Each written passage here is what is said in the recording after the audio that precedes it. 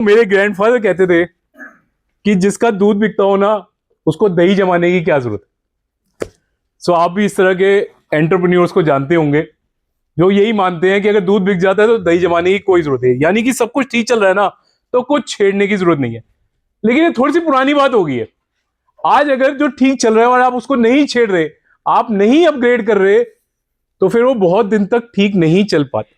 आप में से किसी ने बीटल का नाम सुना है जो फोन्स बनाती थी, है ना? हम सबके घर पे थे। कोई है जिसके घर पे था? एक बार हाथ खड़ा करके बताएं।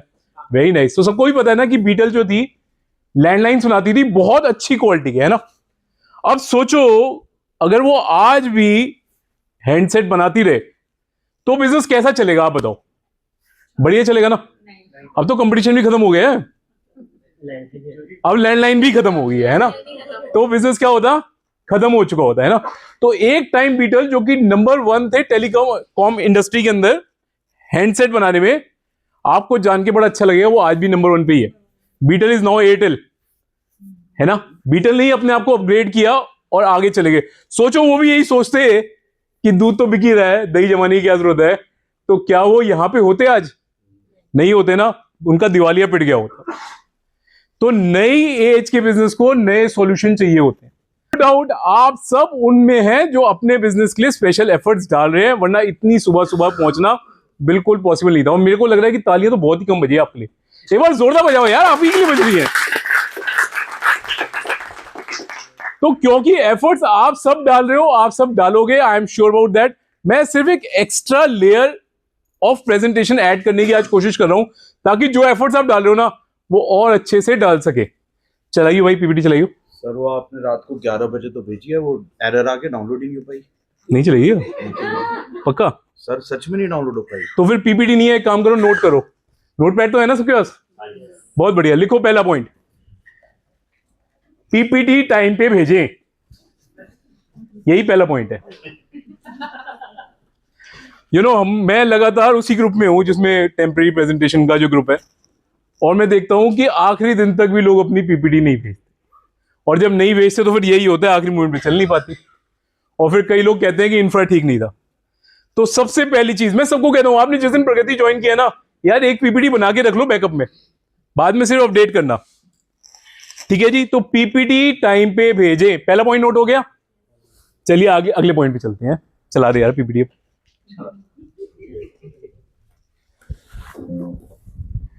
क्या वेरी नाइस। सो एक किताब है, आप में से अगर किसी ने पढ़ी हो तो बताइएगा। किसी ने पढ़ी है किताब है एलिस इन वंडरलैंड? उसके ऊपर वेब सीरीज भी बनी है, कार्टून सीरीज भी बनी है, बहुत सारी है ना। Very nice. सो एज्यूम कि आप सबने पढ़ी हुई है, लेकिन एक कमाल का सीन था उसमें, वो मैं आपके लिए यहां पे चलाया हुआ है। देखो क्या कमाल की बात है ना, बच्चों की स्टोरी बुक्स में से भी अच्छी अच्छी मोटिवेशन निकलती है। एक मोटिवेशन यहां लिखी हुई है भाई। हाँ, तो क्या हो रहा है पहले ये बता देता हूं। ये लड़की है एलिस, ये एक वंडरलैंड यानी कि एक अजीब सी दुनिया में खो गई है, इधर उधर जा रही है, उसको कुछ मिल नहीं रहा, बाहर निकलना चाहती है। तो एक जगह पे पहुंच जाती है जहां पे बहुत सारे रास्ते हैं, दिस वे अप डाउन, ये सब बहुत सारे रास्ते हैं। और वो आती है, उसको समझ नहीं आता कहां जाना है। तो पेड़ के ऊपर ना एक बिल्ली बैठी होती है, वो बिल्ली से ही पूछ लेती है, कहती है सही रास्ता कौन सा है? तो बिल्ली उससे पूछती है कि आपको कहां जाना है? कहती ये तो नहीं पता। उसने कहा तो फिर कोई फर्क नहीं पड़ता कि सही रास्ता कोई भी। अनफॉर्चुनेटली यही हम सबके साथ हो रहा है। जब हम प्रेजेंटेशन देने यहां खड़े होते हैं ना, हमें मोटिव ही नहीं पता कि हम खड़े क्यों हैं, है ना? और अगर आप क्लियर नहीं हो कि ये प्रेजेंटेशन क्यों देने आए हो ना, तो फिर कैसी भी दे दो, कोई फर्क नहीं पड़ता, राइट? चलिए नेक्स्ट चलते हैं। तो बड़ा इंपॉर्टेंट है कि आपको पता हो कि आप कहना क्या चाहते हो, क्योंकि अगर आपको ये पता ही नहीं ना आप कहना क्या चाहते हो, तो फिर कोई फर्क नहीं पड़ता। फिर आज की प्रेजेंटेशन लो ना लो, ट्रेनिंग लो ना लो, अपनी पीपीटी बनाओ ना बनाओ, कोई फर्क नहीं पड़ता। आप में से कितने लोग ऐसे हैं जिनको कभी ना कभी किसी इंश्योरेंस एजेंट का फोन आता है और कहता है कि सर एक इंश्योरेंस मेरे से करा लो, रैंडमली, बिना नोन के? आता है, सबको आता है। Very nice. किसी को नोएडा के प्लॉट्स भी बिकने के लिए आता है क्या? Very nice. सबको आता है। वेरी। सच बताओ, आप में से कौन है जिसने नोएडा का प्लॉट इसी तरीके से खरीदा कि फोन आया था और आपने कहा चलो ठीक है आता हूं देखता हूं, और खरीद लिया? अरे क्या बात है, सर ने खरीद लिया था, बहुत बढ़िया। तो यहां बैठे इतने सारे लोगों में से एक। अच्छा सच से बताओ, आप में से कितने लोग हैं जो इंश्योरेंस प्लान ध्यान से सुनते हैं? जो रैंडमली आता है? एक भी नहीं। बाय गॉड, बड़ा मुश्किल काम है भाई इंश्योरेंस का है। विकास भाई देख लो है सर फोन ही नहीं करते है ना? तो ऐसा क्यों होता है? सर को जरूरत नहीं पड़ती, ऐसे ही आ जाता है। प्रगति ज्वाइन कर रखा है सर ने, अंडर एस्टिमेट कर रहे हो क्या आप? राइट। अच्छा, फोन पे कितने लोगों ने आज तक कुछ भी ऐसी रैंडम चीज खरीदी है वो बताओ भाई। है एक आधा, वेरी नाइस। क्या खरीद लिया था मैडम? कॉस्मेटिक्स। उसने फोन किया जस्ट अननोनली? नहीं नहीं नहीं नहीं नहीं, रैंडम कॉल्स पे किसने खरीदा कुछ भी? प्लॉट, इंश्योरेंस, जस्ट किसी अननोन बंदे का आया, इंश्योरेंस खरीद ली? नहीं, मैं रोड साइड असिस्टेंस। रोड से असिस्टेंस ले ली, वेरी नाइस। वो भी स्कैम है ना? चलो कोई बात नहीं। और किसी ने कुछ ऐसा खरीद लिया बिना नोन के? तो भाई साहब मेरे को बताने की जरूरत नहीं है कि कोई नहीं खरीदता, है ना? No one like sales person, कोई किसी को मजा ही नहीं आता। यहां पे कितने लोग हैं जो ये मान रहे हैं कि इतनी सुबह सुबह हम उठ के आए हैं तो हमारा बिजनेस बढ़ना चाहिए? हाथ खड़ा करेंगे। Very nice. तो कितने लोग ये हैं कि बिजनेस कैसे बढ़ता है पहले बताओ? सेल्स बढ़ा की तो बढ़ता होगा। तो यहां पे कितने लोग सामान बेचने आए हैं? हाथ खड़ा करेंगे। सेल्स नहीं बढ़ानी? बढ़ानी है ना, सबने बढ़ानी है ना? Very nice. हाथ खड़ा करने में कोई शर्म आ रही है? बढ़ानी है नहीं बढ़ानी? जिसने नहीं बढ़ानी उसकी नहीं बढ़ाएंगे, बढ़ानी है तो हाथ खड़ा करेंगे। Very nice. तो इतने लोग हैं यहाँ पे जो सामान बेचने आए हैं, 99.9 है वैसे हैं। अच्छा, कितने लोग हैं जो सामान खरीदने आए हैं वो हाथ खड़ा करेंगे? ओ भाई साहब, अब हाथ काफी कम हो रहे हैं। Very nice. खरीदने आए हो? क्यों? खरीदना तो वही वैसे भी। अच्छा, वैसे भी खरीदना है तो यहीं से खरीद लेंगे। अच्छा, वेरी नाइस। अच्छा, कितने लोग सच में ये सोच के आए कि किसी को बिजनेस देके जाना है? हाथ खड़ा करेंगे। Very nice. क्यों? क्योंकि जब हम देते हैं तो मिलता है। Very nice. तो अल्टीमेटली लेना है तो इसलिए थोड़ा थोड़ा देना भी पड़ेगा, है ना? Very nice. अब कमाल की बात यह है, वो जो आंकड़े हैं यहीं पे खड़े होकर बता रहा हूं मैं कि हम सब यहां सामान बेचना चाहते हैं, लेकिन अनफॉर्चुनेटली खरीदने कोई नहीं आया हुआ। तो जब यहां पे कोई खरीदने आया ही नहीं हुआ तो भाई साहब ये सेल्स प्रेजेंटेशन नहीं है, ठीक है ना? हम में से बहुत सारे लोग यहां पे जो प्रेजेंटेशन बना के लाते हैं ना, सेल्स प्रेजेंटेशन होती है जो कस्टमर को पिच की जाती है। सर यहां पे कोई है ही नहीं खरीदार। जब खरीदार है ही नहीं तो सेल्स प्रेजेंटेशन नहीं बनानी, हमने बनानी है प्रोडक्ट प्रेजेंटेशन, ठीक है ना? मैं आपको बता दूं कि for last 8 years I guess Himani ji की प्रेजेंटेशन मैं देखता हूं, कमाल की होती है। आपने कभी ध्यान दिया मैडम ने कभी नहीं कहा कि सोप खरीदना मेरे से? किसी एक भी प्रेजेंटेशन में नहीं कहा कि सोप खरीदने भी है, ठीक है ना? अपनी प्रेजेंटेशन एजुकेशन ओरिएंटेड बनाइए, अपने प्रोडक्ट के बारे में एजुकेट कीजिए, उसको बेचने की कोशिश मत कीजिए, ठीक है ना? उसका सिंपल रीजन है, रीजन मैंने अभी बता दिया कि ये सेल्स प्रेजेंटेशन है ही नहीं। There is no one who is ready to buy. आप उसे एजुकेटेड कीजिए। और एजुकेशन की पावर आपको बताता हूं, हमारी एक 8 साल पुरानी मेंबर है शिल्पी गुप्ता, गेस वर्ड वो एक योगा सेंटर चलाती है सर, ठीक है ना? अब कमाल की बात यह है कि हम सब के आसपास के पार्कों में ना योगा फ्री में सिखाया जाता है। सिखाया जाता है ना? कोई है जिसके आसपास ना सिखाया जाता हो? सब जगह फ्री में सिखाया जाता है। अब एक सर्विस जो हर जगह फ्री में अवेलेबल है, वो सर्विस का कोई कितना ही पैसा कमा लेगा? कितना कमा लेता होगा? गेस मारो। 1.5 लाख पर मंथ। ये उन्होंने मेरे को पहले 10 साल की एवरेज बताई है जो उन्होंने प्रगति से कमाया है। ताली तो बजा सकते हैं। हाँ। 1.5 लाख रुपए महीना वो बंदा कमाता है जिसकी सर्विस आपके बराबर के पार्क में फ्री में दी जाती है। तो हम उससे कम क्यों कमा रहे हैं? इसका मतलब हमारी प्रेजेंटेशन स्किल्स में कहीं गड़बड़। पिछली 10 प्रेजेंटेशन में शिल्पी मैम ने एक बार भी नहीं कहा कि मेरे यहां आगे योगा सीखो। उन्होंने सिर्फ ये बताया कि योग करने के फायदे क्या होते हैं, ठीक है ना? You should look like an educator जो अपने प्रोडक्ट के बारे में पूरी की पूरी नॉलेज रखता है। तो चलो फिर आप सब रेडी हैं पीपीटी बनाने के लिए? यस। नहीं, आवाज ही नहीं आ रही है भाई। रेडी? यस। तो भाई साहब मैं एक बड़ा अजीब काम करने वाला हूं, हम पीपीटी यहीं बनाने वाले हैं। सूरज भाई बनाइए एक पीपीटी। तो आप में से जिसने अपनी पीपीटी अभी तक नहीं बनाई, सीख लो भाई पीपीटी कैसे बनाते हैं। बताओ सबसे पहले क्या लिखते हैं यार पीपीटी में?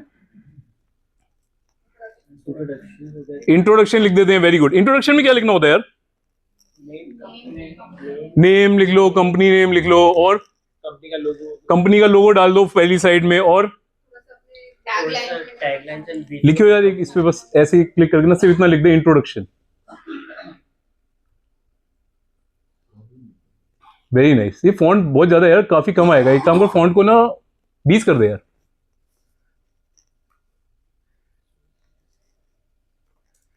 वेरी नाइस, बहुत बढ़िया। पढ़ा जा रहा है ना ये? पीछे वाले भाई साहब पढ़ पा रहे हो? क्या लिखा है, क्या लिखा हुआ है? अच्छा, वैसे पढ़ा जा रहा है? Very nice. परसों जो पीपीटी आई थी ना चेक होने के लिए, उसमें 12 था फॉन्ट, ये 20 है। लोग 20 नहीं पढ़ पा रहे हैं। 12 भी करके दिखा दे यार इसको। अभी आएगी ना, अभी चलेगी वो पीपीटी, घबराओ नहीं। अभी 12 वाली भी चलेगी थोड़ी देर में। ये देखो भाई साहब, इतना है ये मेरे को चेक करने के लिए भेजते हैं वहां से। मेरे को भी नहीं दिख रहा, मुझे भी नहीं दिख रहा। मेरे को फोन पे नहीं दिख रहा होता। और मैं कहता हूँ बढ़ा दो, लोग बढ़ाते भी नहीं है। कह रहे छोड़ो ना सर, इतना कंटेंट है कहाँ डालेंगे? तो इतना कंटेंट नहीं डालना होगा सर, बड़ा कर दे यार इसको, 30 कर दे। एक इनको ना थोड़ा एग्जांपल बता दे कितने कितने पे आ रहा है। 25 कर दिया पहले, चलो 30 कर दिया। 30 पे पढ़ा जा रहा है क्या पीछे? तो भाई साहब नोट कर लो, 30 से कम का फॉन्ट साइज नहीं रखना हो। Minimum font size is 30। ठीक है, इससे लाइव में दिखा नहीं सकता था कि 30 से कम पे क्या हालत होती है ना। और मेरे को 12 भी एडिट करने को दे देते हैं, कह रहे सर ये ठीक कर दो। ये 25 है, ये देख लो। तो हेडलाइन के लिए 30 और मैक्सिमम 25 तक। 25 पीछे पढ़ा जा रहा है भाई, कमल भाई दिख रहा है? पक्का क्लियर ना? बहुत बढ़िया। तो 25 बॉडी का और टाइटल का 30, ये मिनिमम फॉन्ट साइज है भाई। इससे नीचे की पीपीटी बनाइए तो कोई फायदा नहीं है। ठीक है जी। दूसरी बड़ी इंपॉर्टेंट चीज है कि हम पीपीटी किसके लिए बना रहे हैं? किसके लिए बना रहे हैं भाई? जो ऑडियंस है उसके लिए बना रहे हैं, है ना। तो इसलिए बहुत जरूरी है कि भाई साहब पीपीटी घर से याद करके आओ। यहां पे बहुत सारे लोग लगातार यही देख के बोल रहे होते हैं और एक बार भी उठ के ऑडियंस की तरफ देखते ही नहीं। जब ऑडियंस की तरफ नहीं देख रहे ना, तो पीपीटी आप ही के लिए है। फिर इतना कुछ लिख के क्यों लाए हो? ये तो आपको तो पहले ही पता था ना। चलो, हाँ जी, क्या लिख रहे थे? नहीं पीपीटी खोले रख गया, बनाएंगे पीपीटी। ठीक है जी, क्लियर हो गया पहला पॉइंट। वो क्या था? फॉन्ट क्या होना चाहिए? कितना होना चाहिए? आवाज नहीं आ रही। 30 होना चाहिए जी। उससे नीचे इलीगल है, बिल्कुल करना ही नहीं हमने। ठीक है जी। दूसरी चीज जी किसके लिए बनानी है? अपने लिए बनानी है ना, ऑडियंस के लिए बनानी है। तो भाई साहब हमें कहां देखना है? ऑडियंस को देखना है। तो पीपीटी हमें घर से ही याद करके आनी है। याद करके आओ, नहीं तो फिर एक प्रिंट आउट ले आओ, उसको देखते रहो, बोलते रहो। ठीक है जी। चलो इंट्रोडक्शन लिखते हैं। हाँ जी, इंट्रोडक्शन में क्या लिखते हैं जल्दी बताओ? नेम लिखते हैं, कंपनी नेम लिखते हैं। उससे क्या फायदा होता है? टैगलाइन लिखते हैं। और क्या होता है उससे फायदा? एक आइस ब्रेकर हो जाता है। अच्छा चलो ठीक है, मैंने अपने बारे में बता दिया। इंट्रोडक्शन क्यों लिखते हैं ना, ये हमें पता होना चाहिए। कोई भी व्यक्ति जो आगे कुछ भी बोल रहा है ना, वो किस अथॉरिटी से बोल रहा है ना, ये जानना बड़ा जरूरी है। मैं आ रहा हूं और मैं एक फील्ड के बारे में आपको बहुत कुछ बताया जा रहा हूं। आपको लगा ये क्या है, तो यूट्यूब पे भी पढ़ सुन लेता मैं, what is big thing is, है ना। तो भाई साहब मेरे पास एक चीज होनी चाहिए। भाई यहां पे क्लिक करियो। ये तो बेकार लिख दिया तूने यार, मैं थोड़ी कह रहा था। यहां लिख, यहां पे लिख, यहां लिखो EXP। तो पहली चीज क्या होनी चाहिए? एक्सपीरियंस। किसी को भी कोई काम क्यों देता है या किसी की बात क्यों सुनता है, उसके बाद एक्सपीरियंस होता है। ठीक है ना जी। तो कई बार इंट्रोडक्शन लिखते हुए ना हम ये लिखना ही भूल जाते हैं कि मेरे को कितने साल का एक्सपीरियंस है, by what authority I am saying this. ठीक है ना। मैंने आप सबकी पीपीटियां पढ़ी हैं, इसलिए मेरे को पता है 12 का फॉन्ट साइज आप यूज करते हो, है ना जी। अगर मैंने नहीं पढ़ी होती, I don't have any authority. तो पहली चीज जरूर होनी चाहिए EXP, एक्सपीरियंस। लेकिन अगर कोई न्यू कमर हो तो, एक्सपीरियंस हो ही ना तो इंट्रोडक्शन की स्लाइड बनानी चाहिए। क्या लिखेंगे उसमें? उससे क्या फायदा होगा? अपूर्व भाई बताओ यार, नया नया कोई एडवोकेट बनता है तो केस क्यों मिलते हैं उसको? स्किल्स होती हैं या फिर वो क्वालिफिकेशन के बेसिस पे? स्किल्स के बेसिस पे हो जाते हैं। स्किल कैसे लिखते हैं यहाँ पे? वेरी गुड, लिखो यहाँ पे versus EXP। Yes, second thing is expertise. अगर आपके पास इस दोनों में से एक भी EXP नहीं है ना, तो इंट्रोडक्शन की स्लाइड बनाने की कोई जरूरत ही नहीं है। सीधा प्रोडक्ट की बात करो। ठीक है ना। आज से लगभग 15-1 साल पहले इंडिया में पहली बार SEZs बन रहे थे, और पहला SEZ महिंद्राज ने बनाया था। 300 करोड़ का प्रोजेक्ट था वो। उन्होंने एडवर्टाइजमेंट निकाल के बताया कि हमें एक बढ़िया सा कंप्लायंस ऑफिसर चाहिए इस SEZ को बनाने के लिए। तो कई सारे लोगों ने अप्लाई किया कि सर मैं बनवा देता हूं, मैं सारी कंप्लायंस देख लूंगा, मैं कर लूंगा, एवरीथिंग लाइक दैट। उन्होंने कहा अच्छा आपका EXP यानी कि एक्सपीरियंस कितना है? उन्होंने कहा EXP कहां से आएगा भाई, इंडिया में पहला SEZ बन रहा है, पहले SEZ के लिए एक्सपर्ट कहां से लाएंगे? जिसने बना रखा हो, उसको एक्सपीरियंस हो ही नहीं सकता ना। तो मैं आपको बता दूं, एक व्यक्ति है हितेंद्र मेहता, इन्होंने क्या किया था, इन्होंने एक किताब लिखी SEZ से। क्योंकि उन्होंने किताब लिखी थी ना, he is the first expert in India, जबकि इंडिया में कभी SEZ बने ही नहीं थे, राइट। तो दूसरी चीज क्या होनी चाहिए? एक्सपर्टीज। तो सर अगर आपके पास एक्सपीरियंस नहीं है तो अपनी एक्सपर्टीज जरूर डालो इंट्रोडक्शन, ठीक है ना। वो कोई रिसर्च वर्क हो सकता है, कुछ केस स्टडीज हो सकती है ना। तो एडवोकेट्स को काम ऐसे ही मिलते हैं भाई, वो बताते हैं कि मैंने ये रिसर्च वर्क किया हुआ है, इस बारे में मैं इतना इतना जानता हूं, तब जाके उन्हें केस मिलते हैं। तो दो चीजें है जी बहुत जरूरी, क्या? EXP या EXP। अगर दोनों में से कुछ भी नहीं है तो फिर इंट्रोडक्शन की स्लाइड का कोई मतलब नहीं है, ठीक है ना। बाकी सब चीजों की कोई वैल्यू नहीं है। कब शुरू करी थी कंपनी, ठीक है जी, किसने शुरू करी थी, कितने पार्टनर से। अगर उन पार्टनर्स के पास कोई EXP है, यानी कि एक्सपीरियंस है, तो लिख के फायदा है, वरना कोई फायदा नहीं। क्लियर है जी? यहां तक बिल्कुल सही है, समझिए। बहुत बढ़िया। नंबर ऑफ स्लाइड्स कितनी होनी चाहिए? At max 10।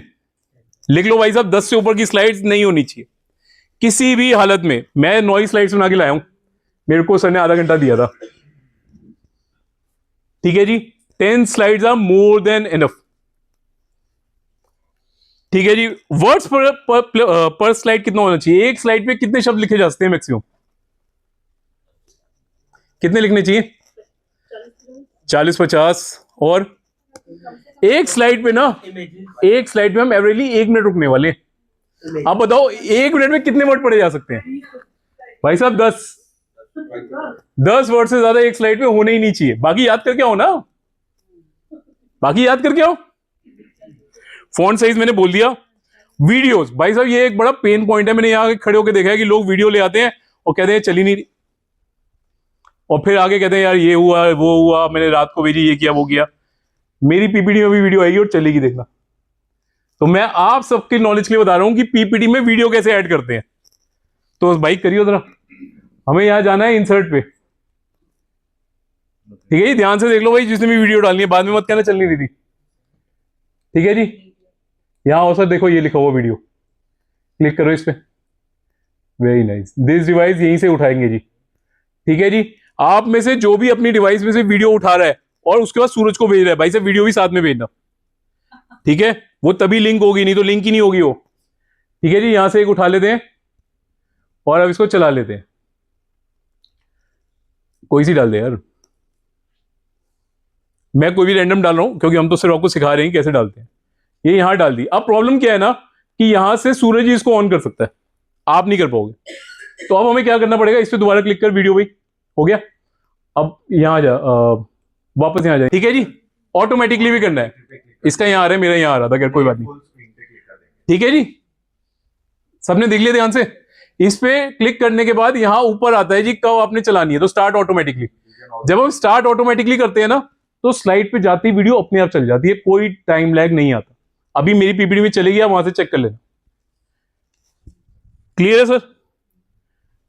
अब इसका एक अल्टरनेटिव है, बहुत सारे लोग अपने टेस्टिमोनियल्स की वीडियो यहां डालते हैं, आई स्ट्रांगली रेकमेंड नहीं डालनी चाहिए, ठीक है। आप अपने वर्क के स्क्रीनशॉट्स ले लो पूरी वीडियो के, ठीक है ना, और उसको डाल के फिर आप बताओ कि वीडियो में क्या क्या हो रहा था, या ये मैं क्या क्या चीज दिखाना चाह रहा हूं।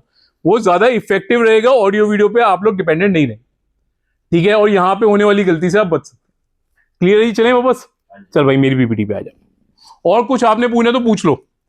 एक बार कलर भी डाल दे यार, कोई एक थीम भी डाल दे, पता लग जाए इनको कि कलर कौन सा दिखता है। यहां से जैसे यहां पे जाना डिजाइन पे, हाँ ये वाले सेलेक्ट कर ले। चल इसको हटा दे, हटा दे इसको यार, ये कट करना बस, ठीक है जी। ये देखो भाई साहब दूर से दिख रहा है, ठीक है ना। कलर कॉम्बिनेशन ना भाई साहब यहीं से उठाने होते हैं। जब आप यहां से उठा लो ना, उसको चेंज करने की कोशिश मत करो, ठीक है। अक्सर हम लोग क्या करते हैं, ग्रीन बैकग्राउंड के ऊपर ग्रीन लिख देते हैं, ब्लू के ऊपर ब्लू लिख देते हैं, ठीक है, फॉर द रीजन कि हम सोचते हैं ज्यादा कूल लग रहा है। वो कूल यहां से दिखता नहीं है। एक बार जो भी टेम्पलेट आपने यहां से उठाई है ना भाई साहब, ये जो यहां दिख रही है टेम्पलेट्स, इन टेम्पलेट्स के अलावा कोई टेम्पलेट यूज नहीं करनी चाहिए, और जो कलर कॉम्बिनेशन ये चूज करे ना उसी पे स्ट्रिक्ट रहना चाहिए। ठीक है, एक बार टेम्पलेट उठा ली फिर कलर कॉम्बिनेशन पे अपना दिमाग नहीं लगाना, वो सामने से नहीं दिखेगा। क्लियर है सर? कुछ यहां से आप पूछना चाहो ना ब्यूटी पार्लर पे पूछ लो, फिर आगे चलेंगे। चलो सर आ जाओ, हमारी प्रेजेंटेशन आ जाओ। अब बड़ी इंपॉर्टेंट चीज क्या है जी? प्रैक्टिस। ठीक, ठीक है जी, प्रैक्टिस घर से करके आनी है। It's a common saying, practice makes a man perfect, because women are already perfect, है ना? सर वुमेन को भी प्लीज घर से ना प्रैक्टिस करके आनी चाहिए, घर से पीपीटी याद करके आनी चाहिए। किस लेवल की प्रैक्टिस होनी चाहिए थी ना, ये आपको अगली वीडियो में बता रहा हूं। थोड़ा सा वीडियो कॉन्ट्रास्ट बता देता हूं आपको क्या चल रहा है। ये वैसे मैं हमेशा अपनी प्रेजेंटेशन में बुक्स की बात करता हूं, पहली बार एक वेब सीरीज की बात कर रहा हूं, तो फिजिक्स वाला वेब सीरीज से मैंने एक वीडियो चुराई है। चुराई इसलिए कह रहा हूं, बड़ी मुश्किल से रिकॉर्ड हुई, डाउनलोड हो ही नहीं रही थी। तो क्या हुआ कि आनंद सर जिन्होंने शुरू करा था ये फिजिक्स वाला एंड एवरीथिंग लाइक दैट, वो क्या करते हैं, वो अपनी एक ना प्रेजेंटेशन दे के आते हैं, एक स्कूल में पढ़ा के आते हैं, बड़ा ही खराब पढ़ाते हैं। वो लगता है मैं अच्छा टीचर ही नहीं हूं। वो घर आके ना रिसर्च करते हैं, सबसे पूछते हैं बताओ आपकी फेवरेट टीचर कौन थी, और वो आपकी फेवरेट टीचर क्यों थी, वो क्या ऐसा करते थे आपको फेवरेट लगते थे। तो वो ऐसा बहुत सारा डाटा इकट्ठा कर लेते हैं। उसके बाद वो बैठे होते हैं, अपनी सिस्टर से कुछ बात कर रहे होते हैं, तो सिस्टर उसे बताती है कल मेरी प्रेजेंटेशन है, तो उसको कमाल की बात बताती है कि अच्छी प्रेजेंटेशन कैसे बनानी चाहिए। वो ध्यान से सुनते हैं। तो आइए आप भी ध्यान से सुनिए कि अच्छी प्रेजेंटेशन के लिए क्या करना होता है। हमारी ना कल ऑफिस में एक इम्पोर्टेंट प्रेजेंटेशन है, उसकी तैयारी करनी है। आपकी पीपीटी बनी नहीं क्या अभी तक? आप तो हमेशा एडवांस में तैयारी कर लेती है। अरे पीपीटी तो कब की बन गई है, लेकिन उसको देख देख के थोड़ी ना बोलेंगे, वो तो उनके लिए, हमें तो सब याद होना चाहिए। आप प्रेजेंटेशन याद करती हैं? ये हमारे मेंबर्स भी यही सोचते हैं। तो क्या, तभी तो स्मूथ डिलीवरी होगी प्रेजेंटेशन में। अरे हम प्रेजेंटेशन क्या, हम तो एक एक पॉज, एक एक जोक, कहाँ हंसना है, कहाँ जोर से बोलना है, कहाँ पे स्ट्रेस देना है, सबकी तैयारी करते हैं। इतने का परफॉर्मेंस वो तुम्हारे कॉलेज में होता है, वो नुक्कड़ नाटक। जितनी मस्त तैयारी होगी प्रेजेंटेशन के टाइम उतना ही कॉन्फिडेंस आएगा, और देखने वाला को उतना ही मजा। एफर्टलेस परफॉर्मेंस के पीछे ना बहुत एफर्ट जाता है, समझे? हाँ जी, समझे बात को? क्या एफर्टलेस परफॉर्मेंस के पीछे बहुत एफर्ट जाता है। ये एफर्ट घर से डाल के आना होता है। अनफॉर्चुनेटली मेंबर्स यहीं आके डालते हैं। मैं एक मीटिंग में पहुंचा और मेरी पीपीटी वाकई नहीं चली, तो मैंने कहा किसी की भी लगा दे, उसी में से पढ़ दूंगा। उन्होंने कहा वो आपको कैसे याद होगी? मैं मेंबर्स को कौन सा याद होती है, वो खुद यही खड़े होकर पढ़ते हैं, वो पढ़ते हैं, मैं पढ़ दूंगा, एक ही बात है ना। घर से तैयारी करके आनी होती है। एक ऐसी फन फैक्ट बीच में बता रहा हूं, प्रेजेंटेशन से कोई लेना देना नहीं है। ये जो लड़की यहां बैठी थी ना, जो प्रेजेंटेशन के बारे में बता रही थी, ये हमारे प्रवीण सर की स्टूडेंट है, और राधा भट्ट इनका नाम है, और 2011 में गाजियाबाद चैप्टर ईडीपी में स्टूडेंट थी। इन्होंने बाद में एक बहुत बढ़िया टेस्टिमोनियल भी दिया था, आईसीएसआई की वेबसाइट पे अवेलेबल है, प्रवीण सर के लिए दिया था। तो ये तो हो गया कि प्रेजेंटेशन कैसे बनाते हैं, कैसे देनी चाहिए, कैसे तैयारी करनी चाहिए। अब बताते हैं प्रो लेवल की देनी हो तो क्या होता है। तो मैं एक प्रो बंदे को ढूंढा, मैं कहा उसके स्टाइल को हम कॉपी करेंगे। तो ये है वो प्रो बंदे। तो अच्छी प्रेजेंटेशन में ये 5 चीजें होनी चाहिए। आप जब भी ध्यान दे लेना, जब भी प्रवीण सर बोलने आते हैं ना, ये चीजें होती हैं। सबसे पहले भाई साहब स्टोरी बताओ। अपनी प्रेजेंटेशन को जो स्टोरी की तरह बताते हैं ना, वो स्टोरी हमेशा याद रहती है ना। और प्रवीण सर की तो इतनी स्टोरियां हैं, मैं कहीं कहीं जगह यूज कर चुका हूं, नाम बदल के ऑब्वियसली। सिंपल रखो, ज्यादा टेक्निकल होने की जरूरत नहीं है। हम लोग बहुत अक्सर क्या करते हैं, हम सोचते हैं यहां आते हैं तो बढ़िया से इंग्लिश में बोलना चाहिए। कोई जरूरत नहीं है, सिंपल बोलो। और जब मैं सिंपल कह रहा हूं ना, तो मैं कह रहा हूं हिंदी भी बोलो ना, तो ऐसे शब्दों का प्रयोग करो जो आप रोज करते हो। ठीक है ना, हिंदी में भी ज्यादा टेक्निकल शब्द डालने की जरूरत नहीं है। हम आपस में जब बात करते हैं तो हम कोई ऐसे वर्ड डालते हैं क्या, प्रताड़ना एंड समथिंग लाइक दैट, नहीं डालते ना।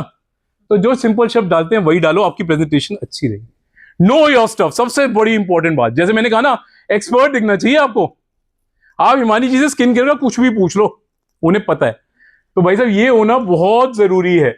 नो योर स्टफ, इसके लिए पूरा वो रखो। कोई क्वेश्चन आए ना, उसके लिए पहले ही तैयार रहो। राम जेठमलानी एक बहुत मशहूर एडवोकेट है, तो वो कहते थे मेरे पास ना हर वक्त 5 लेवल ऑफ आर्ग्यूमेंट्स तैयार हैं। मैंने पहले ही सोच रखा है कि मेरी इस बात को ये कैसे छोड़ काउंटर करेगा। तो उस काउंटर का क्या काउंटर होगा? कह रहे अगर आपके पास ऐसी 5 तैयारियां नहीं है ना तो मैं एडजमेंट मांग लेता हूं, मैं कहता हूं सर अगली बार करूंगा आर्ग्यूमेंट। तो इस लेवल की होनी चाहिए आपकी नॉलेज। नेचुरली बोलो जैसा आप बोलते हो, ठीक है ना, एक्स्ट्रा बोलने की कोई जरूरत नहीं है। कभी दुकान में कस्टमर आता है, ऑफिस में कस्टमर आता है, तो हम उससे इंग्लिश में बात करने शुरू कर देते हैं क्या अचानक? कहते oh come come please have a seat. So you know we had establish our business in so and so years. इस सब की कोई जरूरत नहीं होती, नेचुरली बोलो, ठीक है ना। अभी प्रवीण सर को आपने हमेशा देखा है बिल्कुल ऐसा जैसा वो नॉर्मली बात करते हैं ना वैसे ही यहां खड़े होकर बात करते, ठीक है ना। सबको स्लाइड्स में मत डालो, ठीक है जी, सबको स्लाइड्स में डालने की जरूरत नहीं है, याद करने की जरूरत है। मैं आपको बता दूं आज से 5 साल पहले हमारे दूसरे विंग में एक मेंबर है शुभम, उनकी एक स्लाइड है मेरे को आज भी याद है, उन्होंने लिखा कि why you should choose Ramnath advertisements. उसने सिर्फ 4 ही चीजें लिखी थी पूरी स्लाइड पे, 4 ही शब्द लिखे हुए थे। उसने कहा we have in house designing, we have better reach, हमारी सबके साथ अच्छे कॉन्टेक्ट्स है, वी हैव रेडी टेम्पलेट्स, आपको अलग से कुछ लाने की जरूरत नहीं है, ठीक है ना। ये भाई साहब सबको याद है। क्यों याद है? क्योंकि बहुत ही स्पेसिफिक लिखा हुआ था, ठीक है जी। तो सब कुछ स्लाइड्स में लिखने की जरूरत नहीं। क्लियर है जी। बस एक लास्ट पॉइंट आपके डिस्कस कर लेते हैं। ये तो हो गया प्रेजेंटेशन के लिए, लेकिन कुछ चीजें ना हम यहाँ क्योंकि पीछे यूट्यूब के लिए रिकॉर्ड भी कर रहे हैं, तो कुछ चीजें मैं आपके साथ यहाँ शेयर करना चाहता हूँ। ये सिर्फ वहां के एक्सपीरियंस से है। हो सकता है आपको अपनी प्रेजेंटेशन लेवल एक लेवल नीचे लाना पड़े वीडियो के लिए, लेकिन विश्वास मानिए इट टोटली वर्थ इट, ठीक है ना। I have data to prove, मेरे पास प्रगति के चैनल का एक्सेस है। आप यकीन मानो हम रोज 2-3 मेंबर्स का नंबर वहां शेयर करते हैं, क्वेरीज आ रही होती है वहां पे लगातार, ठीक है जी। तो क्या करना चाहिए? एक तो ना बहुत अच्छी बात है, कई लोग कहते हैं कि सबसे इंटरेक्ट करो, तो ऐसे चलते रहो, ठीक है ना। मैं थोड़ा सा उल्टा कह रहा हूं, नहीं नहीं यार ये इतना चलने की जरूरत नहीं है। एक बार चल लो उसके बाद रुक जाओ, ठीक है। कईयों को लगता है कि यार मैं गलत कर रहा हूं, लेकिन आप यकीन मानिए जो लगातार चल रहे होते हैं ना वो डिस्ट्रैक्टिंग हो जाते हैं। शुरू में अच्छा लगता है, थोड़ी देर बाद डिस्ट्रैक्टिंग लगता है। खुद मत चलो भाई, अपनी गर्दन चलाओ ना, अपनी गर्दन से सबको देखो, ठीक है ना। तो एक जगह पे खड़े होके बनाओ, ज्यादा अच्छा इंपैक्ट रहेगा। ऑडियंस भी आपसे आराम से कनेक्ट कर पाएगी। ये नहीं कि मैं एक बार इधर था एक बार इधर था, तो ऑडियंस को बेचारा गर्दन ही घुमाया जा रहा है, उसको पता नहीं लग रहा वो क्या है। दूसरा भाई साहब, वीडियोस को अवॉइड करो। उन वीडियोस को अवॉइड करो जो आपने मेरी तरह एक वेब सीरीज से चुराए, क्योंकि इसमें काउंटर स्ट्राइक आ जाता है, आपकी जो वीडियो है वो आगे नहीं जा पाती, ठीक है ना। इस तरह की वीडियोस को अवॉइड करो, जो ऐसा कॉपीराइट म्यूजिक है मत यूज करो। हाँ टेस्टिमोनियल वीडियो है तो डालो, लेकिन दूसरी जनरल वीडियोस को अवॉइड करें। बहुत क्रिएटिव होने की जरूरत नहीं है। अब क्रिएटिव से मेरा मतलब क्या है कि अभी पिछले मंथ की प्रेजेंटेशन में क्या हुआ, पिछले सैटरडे इनफैक्ट उत्थान विंग में, तो क्या हुआ कि मेंबर को हमने माइक दे दिया। देखो कैमरा पड़ा है इतनी दूर, अगर मैं ये माइक नहीं लगाऊंगा ना आवाज नहीं आएगी, वो नहीं पकड़ेगा। हमने मेंबर को कैमरा लगा दिया और मेंबर की बेटी खड़ा होगी प्रेजेंटेशन देने के लिए, मेंबर तो यही खड़ा था, रिकॉर्ड ही नहीं हुई बस। अरे भाई ऐसी क्रिएटिविटी क्यों दिखा रहे हो? कोई मेंबर आता है कह रहा है चलो आज मैं सबसे पूछ के बताता हूं कि उनको मेरे प्रोडक्ट्स कैसे लगे, तो भाई आप बताओ आप बताओ आप बताओ, वो सब रिकॉर्ड नहीं हो रहा है, ये हमारा मिथ है, ठीक है ना। क्यों? माइक तो मेरे पास है, बंदा बोल वहां रहा है, आवाज तो आई नहीं रही, ठीक है ना। हमें आ रही है लेकिन कैमरे को नहीं आ रही आवाज। तो भाई साहब क्रिएटिविटी को थोड़ा सा लिमिट करो, और अगर करनी हो तो करो, कोई बात नहीं।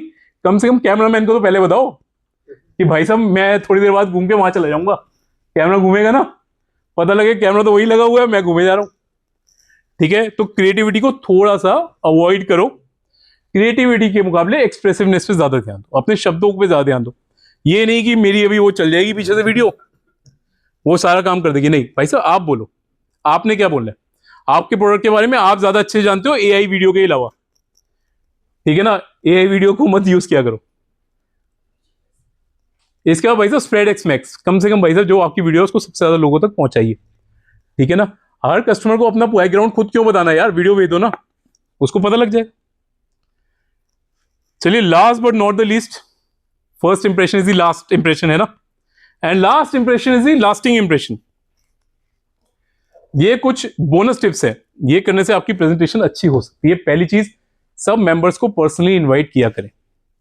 आप यकीन मानिए यहीं पे इसी चैप्टर के अंदर ये हुआ था, मैं एक दिन आया और मैंने देखा कुछ ऐसे मेंबर्स आए हुए जिनको मैं खुद पहली बार देख रहा हूं, मेंबरशिप लेने के बाद कभी आया ही नहीं, एक को तो मैंने ही मेंबर बनाया था, मेरे कहने पे भी दोबारा नहीं आया। मैंने उसको कहा भाई आज कैसे, तो उसने पता क्या कहा कि शिमोना मैडम की प्रेजेंटेशन थी, उन्होंने कॉल करके बुलाया। भाई you all can do that, members को पर्सनली कॉल करके बुला सकते हैं कि भाई मेरी प्रेजेंटेशन है, आप आइए एक बार शिमोना जी के लिए तालियां बजा दीजिए, क्योंकि मैंने ये बात कही हो गई, करा किसी ने नहीं है। अगर आप नहीं कॉल कर सकते कोई बात नहीं, एक पर्सनल मैसेज ही डाल दो यार, सबको डाल दो, है ना। और अगर मैसेज भी नहीं डाल सकते तो ग्रुप में ही डाल दो।